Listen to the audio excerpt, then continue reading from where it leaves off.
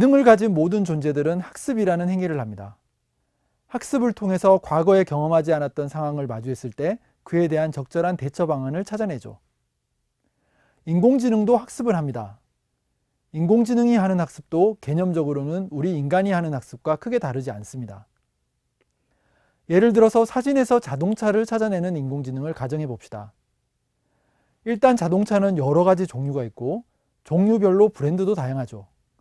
또 보는 각도에 따라서도 형태가 다르게 보일 수도 있습니다. 이렇게 다양한 형태로 찍힌 자동차 사진을 인공지능에 학습시키면 인공지능에 자동차를 식별하는 능력을 부여할 수가 있습니다. 인공지능이 하는 일은 생각보다 단순합니다. 크게 보면 분류와 회귀로 나눌 수 있습니다.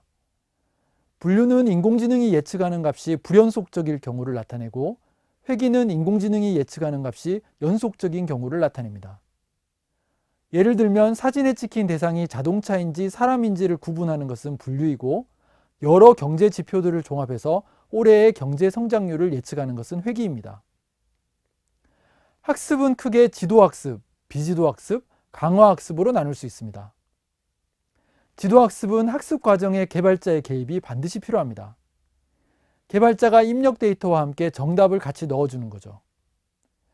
예를 들어서 자동차 사진을 입력하면서 자동차, 사람 사진을 입력하면서 사람이라는 정답을 인공지능에게 알려주는 겁니다. 비지도 학습은 개발자의 개입이 없이 순전히 입력 데이터의 특성만으로 분류를 하는 방식입니다. 자동차 사진과 사람 사진을 섞어서 입력하면 자동차는 자동차끼리, 사람은 사람끼리 나눠주는 거죠. 물론 나눠주기만 할 뿐 인공지능은 각각이 무엇인지는 알 수가 없습니다. 마지막으로 강화학습은 주로 게임이나 시뮬레이션과 같은 환경에서 인공지능 스스로가 다양한 시행착오를 통해 입출력 데이터를 생성하면서 최적의 전략을 찾는 학습 방법입니다.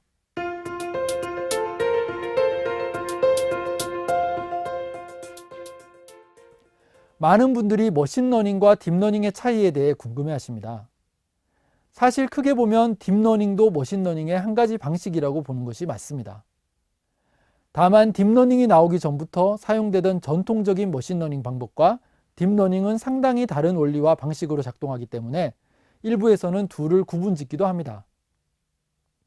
머신러닝과 딥러닝을 설명할 때 보통 가장 많이 사용하는 예가 개와 고양이 이미지를 분류하는 사례입니다. 인공지능 프로그램이 설치된 컴퓨터에 이게 고양이입니다 라고 하며 몇 장의 고양이 사진을 보여준 다음에 이건 개입니다 라며 다시 몇 장의 개 사진을 보여줍니다.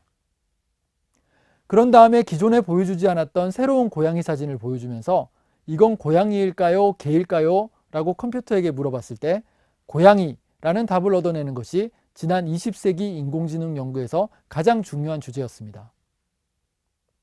우리 인간은 개나 고양이를 한 번도 본 적이 없더라도 개와 고양이를 배우는데 서너 장의 사진이면 충분합니다.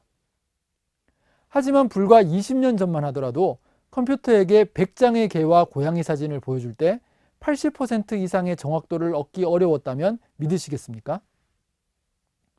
초창기의 인공지능 연구에서는 개와 고양이를 분류하기 위해서 개와 고양이 얼굴에서 가장 특징적으로 차이가 나는 부분을 컴퓨터에게 미리 알려주었습니다.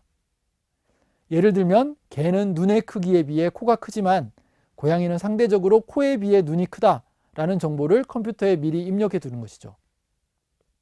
그러면 인공지능 프로그램은 개와 고양이 사진에서 코와 눈의 크기를 인식한 다음에 각각의 크기를 비교하고 그 수치를 메모리에 저장해 둡니다. 만약 기존에 보여준 적이 없는 새로운 고양이나 개의 사진을 보여준다면 프로그램은 그 사진에 나온 동물의 코와 눈을 찾고 각각의 크기를 비교한 다음에 그 비율이 고양이와 유사한지 아니면 개와 더 유사한지를 비교하는 거죠. 이 기술이 바로 불과 10수년 전까지만 하더라도 머신러닝이라는 이름으로 불린 인공지능을 대표하는 기술이었습니다. 인공지능의 역사에서 2000년대 초반은 가장 드라마틱한 변화가 있었던 시기로 기록될 것입니다. 이 시기에 바로 인간 뇌의 신경회로망과 그 동작 원리를 모방한 딥러닝이라는 기술이 혜성처럼 등장했기 때문이죠. 딥러닝은 사실 새로운 기술이 아니라 1980년대에서 90년대에 유행했던 인공신경회로망이 현대의 발전된 컴퓨터 기술과 수학 알고리즘의 진보에 힘입어 재조명을 받게 된 것입니다. 다만 딥러닝은 과거에 유행했던 인공신경 회로망과 비교할 수 없을 만큼 방대한 수의 뉴런과 시냅스를 모방했다는 것이 큰 차이점입니다. 딥러닝이 전통적인 머신러닝과 다른 점은 딥러닝을 사용하면 사람이 컴퓨터에게 고양이와 개의 차이점에 대해 미리 알려줄 필요가 없다는 점입니다. 그저 딥러닝 프로그램에 이건 고양이야 라는 정보와 함께 고양이 사진들을 입력하고 이건 개야 라는 정보와 함께 개 사진을 입력하면 두 동물의 차이를 따로 알려줄 필요 없이 프로그램이 스스로 둘 사이의 차이를 알아내서 분류하는 것이 가능해진 것입니다. 인간이 학습 과정에 개입할 필요가 없어졌다는 것. 그게 바로 딥러닝과 전통적인 머신러닝의 가장 큰 차이점입니다.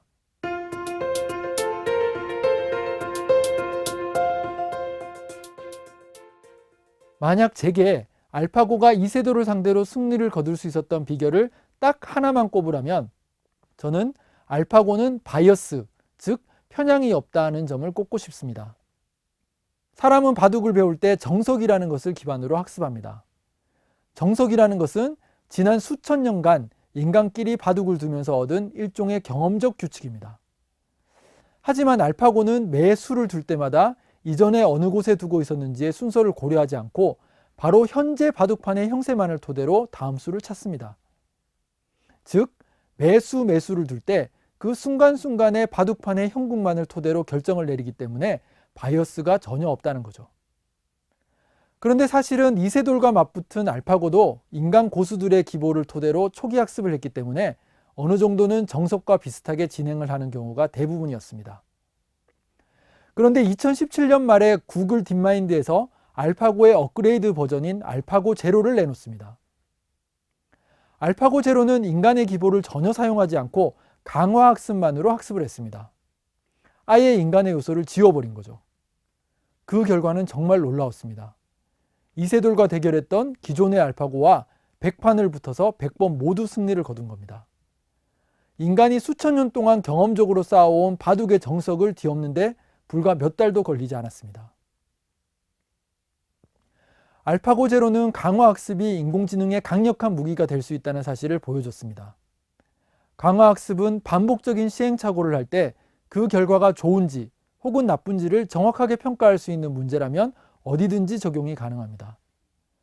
앞으로 인공지능이 새로운 소재의 개발이나 새로운 단백질 구조의 제작과 같은 분야에서 빛을 발하게 될 가능성이 큽니다. 본 강의를 통해 머신러닝과 딥러닝, 그리고 인공지능의 학습에 대해 이해할 수 있는 시간이 되셨기를 바랍니다.